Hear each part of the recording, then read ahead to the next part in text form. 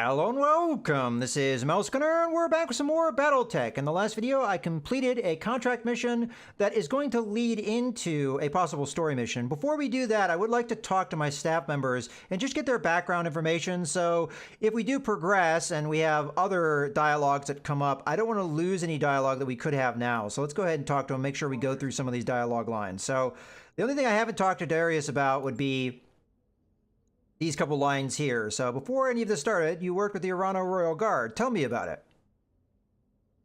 It was more than just a deployment. It was a full campaign. High Lord Tamati gave us the job back in 19. We were supposed to be assisting the Royal Guard to round up and eliminate a pirate clan on a planet I'm not going to try and pronounce. Commander Markham thought it'd be easy money. Turned out to be anything but. We lost a dozen mech warriors in the 3 months of the campaign. Had to hose them out of their cockpits. Would have been more if it wasn't for Sir Raju. He saved our people's asses on more than one occasion. Went out of his way to do it. The thing is, he didn't have to. We weren't under his protection. We were the hired help. A lot of people in Mastiff's position would have used us as cannon fodder, but that wasn't his way. He treated us as if we were his own. He was a good man, Mouse. As good as they come. All right, let's learn a little bit about you. I grew up on Nassau Heights. It's one of the HAB stations orbiting our true 30 decks of economic stratification, with the corporate suits on the upper decks and everyone else crammed into the lower ones. My old man was a dockhand. We lived on deck 28, 2 levels up from the bottom, with the other station maintenance personnel. 12 hours a day, 6 days a week, my dad would load and unload cargo shuttles, vacuum-sealed pilar, I'm not sure what that is. Okay, it's a type of crop.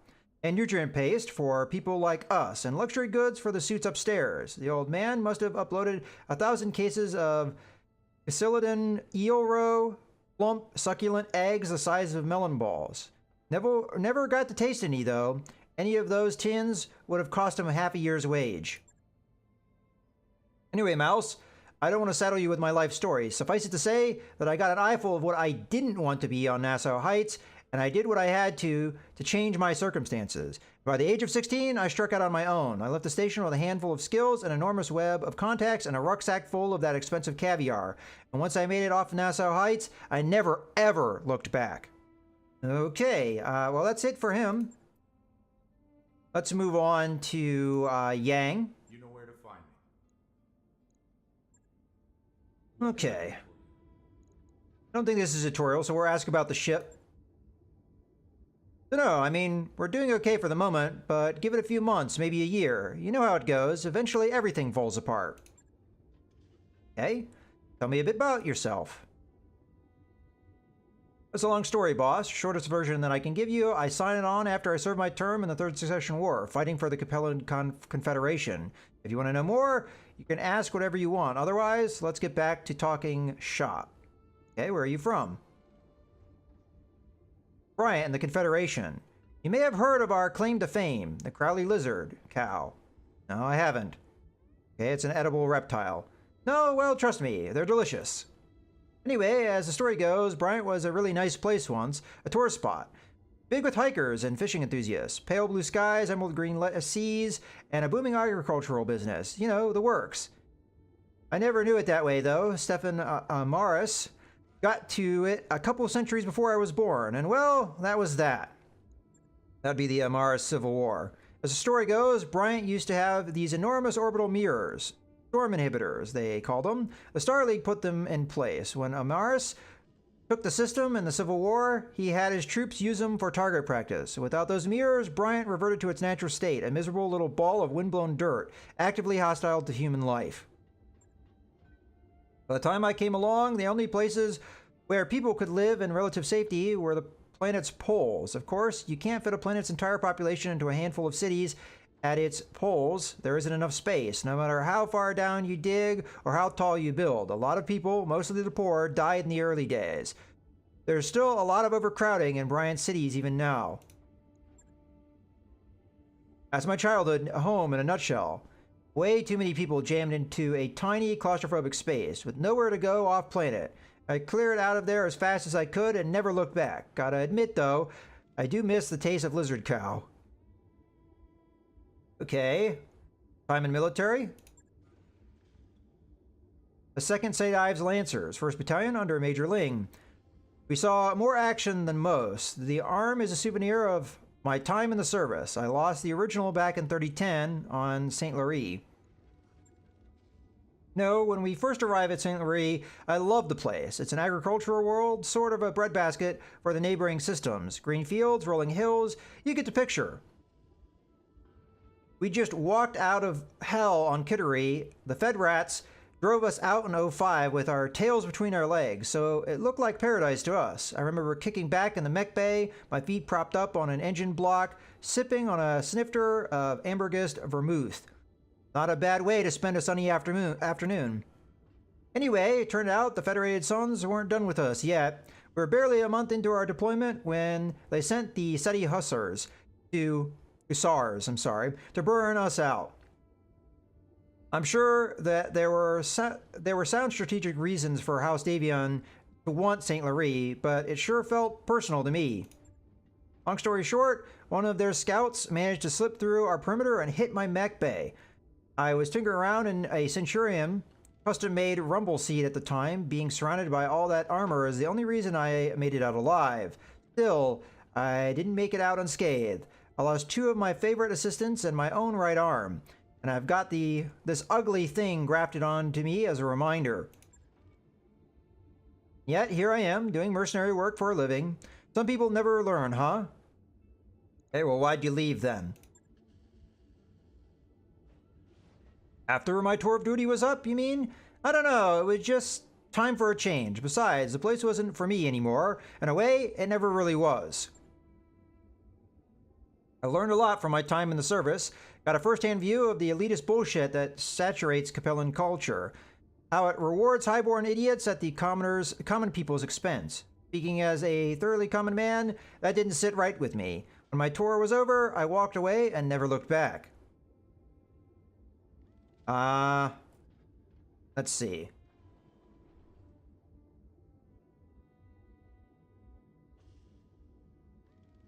Let's say this one.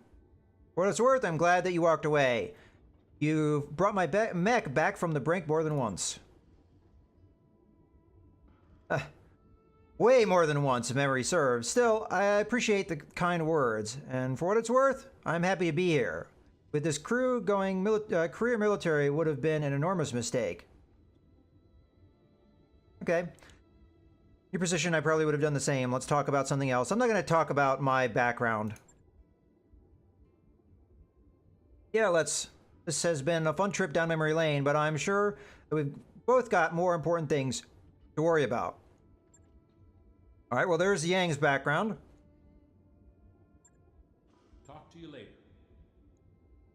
Let's talk to Samire. How can I be of service, Commander?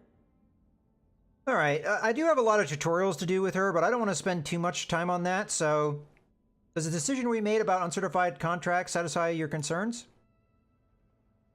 My concerns won't be satisfied until our creditors have been paid and the loan sharks are off our backs, but this is a step in the right direction, and that makes me happy. I'm not blind to the risks that uncertified contracts entail, by the way. I mean, I know that what we're doing is dangerous, but it's the best chance we've got to dig ourselves out of the hole. Well, I am indeed doing this. I'm collecting stories about the crew. Tell me about yourself. Well, I'm from a noble family like you. World money, made our fortune out in, I've never actually heard this said, so I'm just going to go for it, Rossel Hague, then repatriated to the Taurian Concordat. That's where I grew up. I'm not sure if this is the kind of stuff you were hoping to hear, but we can talk about whatever. I'm not shy. Okay, so where in the Concordat are you from? I grew up on New Vandenberg. It's a nice enough place, I guess. Do you like birds?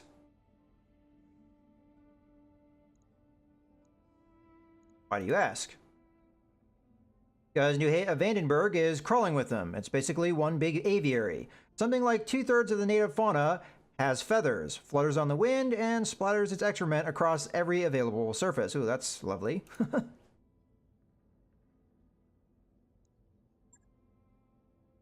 Naturally, the original colonists adopted the feathery little monsters into the culture, and those of us that came away after were kind of stuck with it.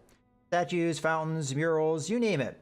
Just a giant feathery pile of screeching alien birds. If the system had a motto, it'd be squawk! I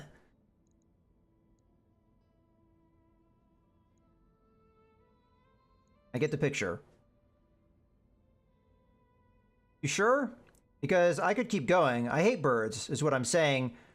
That may be an unpopular opinion for a pilot, but I'll stand by it until the day I die. Hey, where'd you learn to pilot a Leopard anyway? Victorian Naval Institute on New Vandenberg. Well, among other places, it's a big campus. The low-gravity training station orbiting Lompoc was my second home for a time. D&I flight training isn't usually open to civilians, but my parents had good credit back then, and they could name-drop Protector Calderon.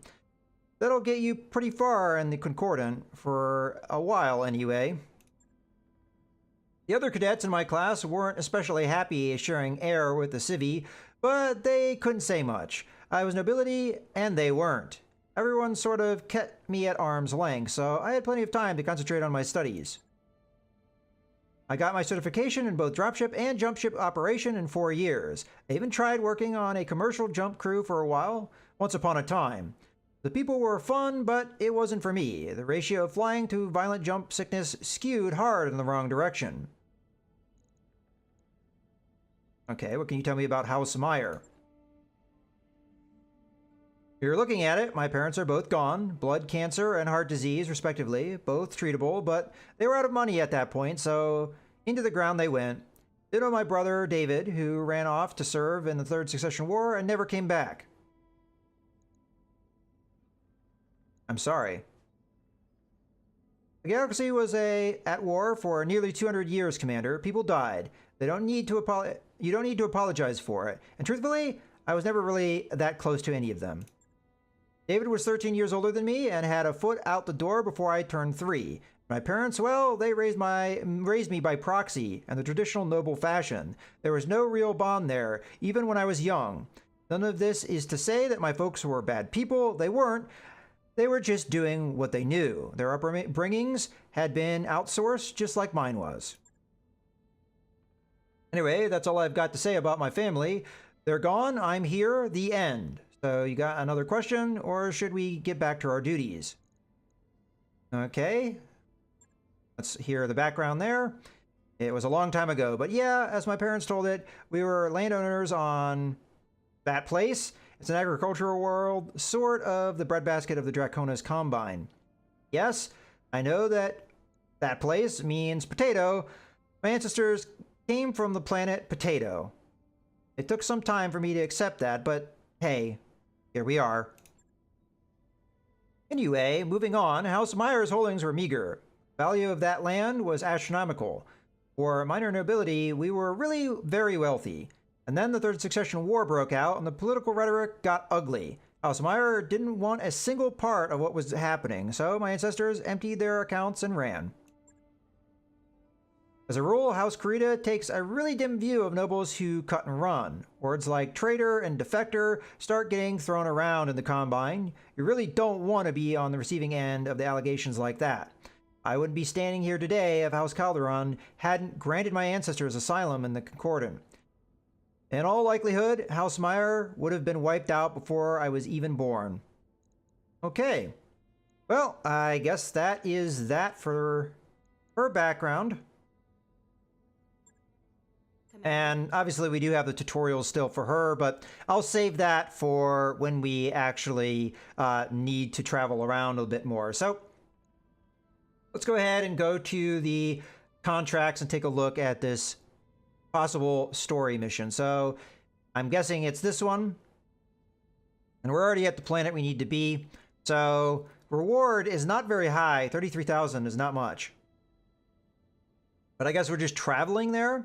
Our mystery client is waiting for us on Beller Ophon. Commander, like I said, I can't personally vouch for her, but she's rich and her credentials seem to check out. So we get 33,000, I guess, just for seeing her. We'll see. I'll go ahead and hit deploy here.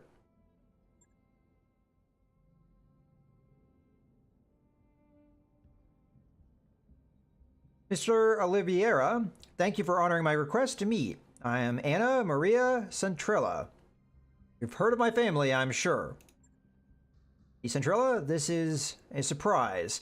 I wouldn't expect a member of the Canopian royal family to even know who we are, let alone approach us in such a non-traditional manner. This isn't a traditional contract, and I don't need Comstar asking questions. Besides, there's no reason to involve the Mercenary Review Board. I really know that I want to hire you. Have I piqued your interest, Commander Gunner? Okay.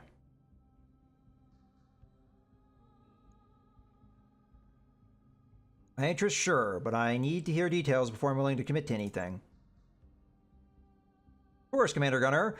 I'd expect nothing less. The job that I have for you is relatively simple. I need you to recover something for me, and I need it done quietly. In exchange for your services, I will pay down the interest on your rather sizable loans and buy you the breathing room you've been looking for. A fair deal, wouldn't you say?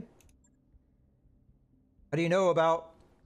You know what? It doesn't matter. Just tell us what we're supposed to be recovering. This. Lady Centrella's image is replaced on the screen by a grainy photograph of an enormous grounded dropship.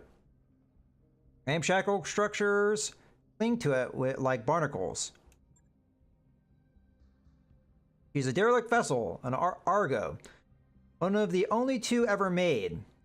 For over 200 years, she's been lying in state on Axilus, a pirate moon in the heart of the frontier. I want her, and you're going to bring her to me.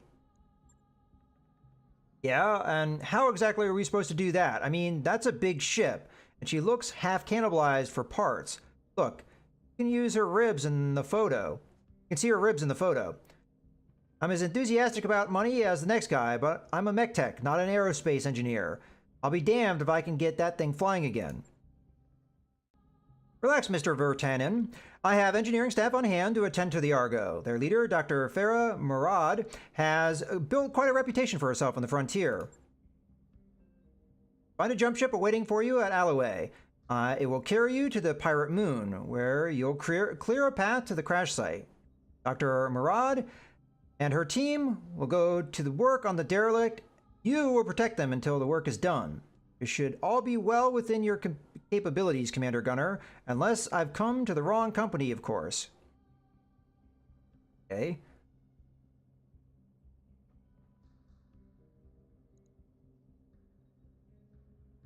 I'll go with my background. I can see no reason why you shouldn't accept my offer. Do the job well, and there'll be more work waiting for you upon your return. Mr. Oliveira will never find you a better opportunity than the one I'm offering, Commander Gunner. I can promise you that. She isn't wrong, Mouse. We were looking for a lifeline, and I think this is as close as we're going to get.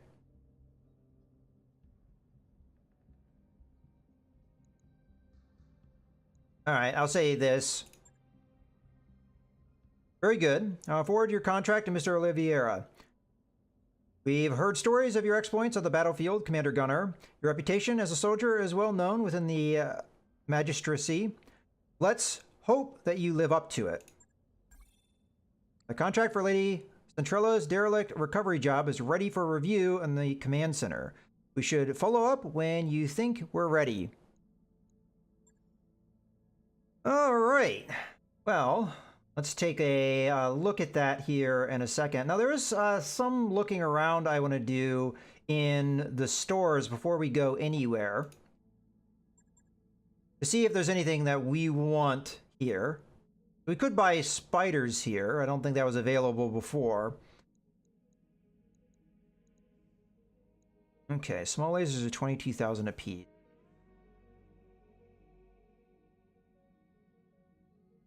I am tempted to replace the weaponry on the Locust that I have. Right now we have 2 machine guns, and the slots that it has is for 3 of the support weapons. And I could replace the 2 machine guns with 3 small lasers. And that would make the Locust, I think, more effective. Now, that would cost me money, but if we're going to get rid of some of this debt problem, you know what? I want to try it. So I would like 3 of these. not sure if you just hit buy 3 times. I'm guessing that's what you do. I shouldn't have any on hand. New weapon systems available. So that should have just bought 1, I would imagine. Let's just double check that.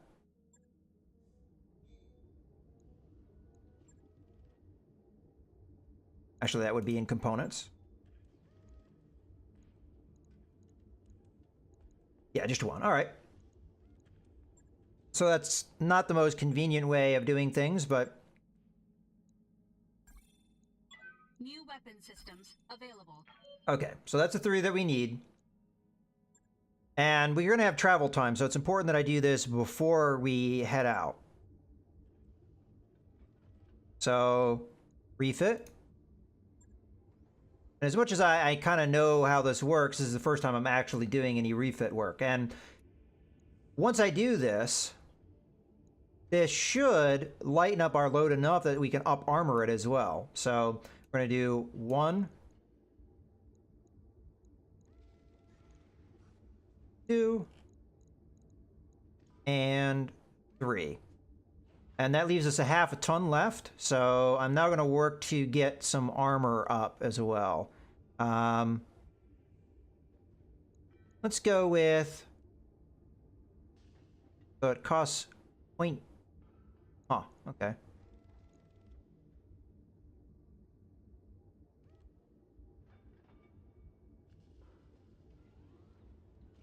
I'm going to guess we can do like that. So I just did like 1 tick in every location just to give us just that slight bit more armor. Okay, well, that's the modification, so let's confirm. Okay, so it's going to cost us not a ton, so it's 500 per thing that we've moved around.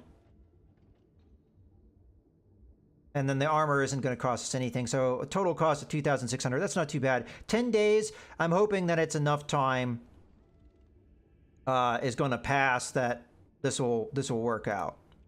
But I kind of like this loadout more than the 2 machine guns. So, all right, that's what we're going to have set up. Let's go ahead and take a look at this contract.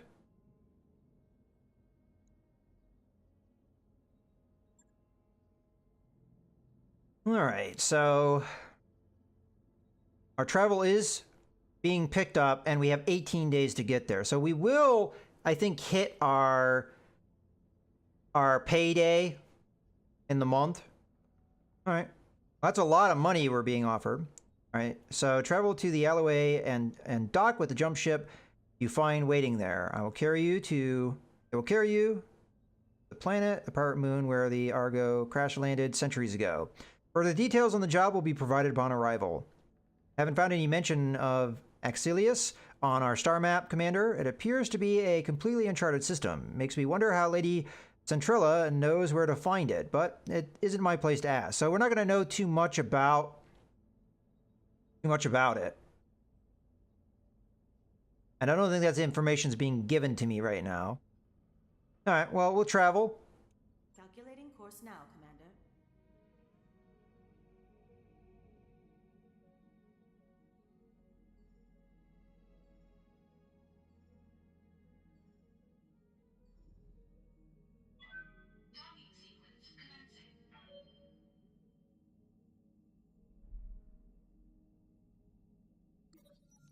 Okay, so we've got another one of these pop-up things. Extension. Banging noises draw you to the shared mech warrior barracks, where you find Medusa disassembling one of the leopard's internal walls. There are already several panels neatly stacked beside her. He pauses, then explains. There's a few cubic meters of dead space back here, making room so we can stretch without hitting the bunks. As reasonable as this sounds, the banks aren't going to like you modifying their property. Okay. Make the change easily reversible.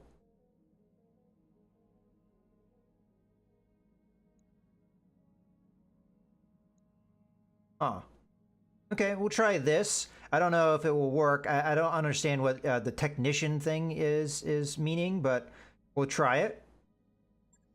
Look over Medusa's work. This is a temporary change, yes? Medusa blinks and quickly nods. Yes, Commander. You say the word, and I can have this back the way it was. 90 minutes, 120 tops. What is new? You nod. Good. Carry on. However, in the future, you will get sign-off before you start anything like this again. Are we clear? Yes, Commander, he says. All right, morale increased by 1. That's good. I think that those are random events that happen. So let's go ahead and continue here. So yeah, we're going to have this happen in 9 days. The Locust will be finished. And then as far as I'm concerned, for this next drop, I'll probably have this run instead of the Spider, because this will have better firepower. I mean, if we look at the firepower, well, it's not work, you know, we can't see that at the moment, but medium lasers are 25. I don't remember what small lasers are. You have to get close to use them, obviously, but that should be pretty good firepower. On top of that, if we use a melee attack, I believe the support weapons, if they work the way they did in the beta, those will all be able to fire, so that's a decent amount of firepower there. Locusts are small, though, so, you know, there's that to consider.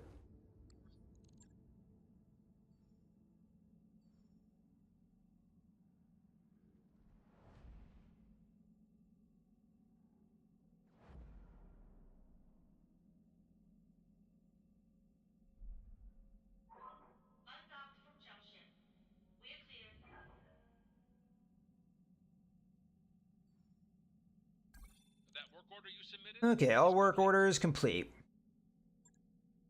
All right, well, that's the only thing I wanted them to do. Let's see what happens with this financial report popping up. So we'll lose some money, but we have enough in the bank. All right, so end of the month funds, and then the operating expenses. So 245,000 is going to be taken out, which is fine. We kind of prepared for that kind of expense. Huh. Oh, okay, so we could spend more to boost morale of the crew. All right, I'll do 1 tick of that. It's going to cost us almost 100,000 to do so. I'm not going to go to extravagant, but next month's expense level options. Oh, that would be next month, not this month. I'm going to stick with normal at the moment, and we'll go with that. Until we get an idea of, you know, what's going to happen here after this. But yeah, 30 more days, so it's monthly, more or less, tick. Let's travel to Alloway here. Now, I don't want to do the mission just yet. But if it forces the mission, it forces the mission. Okay, yeah, not yet. Let's just go over some things real quick. I don't think any of the mech warriors have enough experience to do much of anything. I mean, yeah, I've got 1,200, and I could invest that somewhere else, but I'm thinking I want to save it for skills. And I'm going to guess that we're going to be in a similar situation with some of our other pilots. So yeah, 1,200. So if I want this skill, I've got to wait. And here, again, 1,200. So if I want one of these skills, I have to wait. Actually, well, hold on.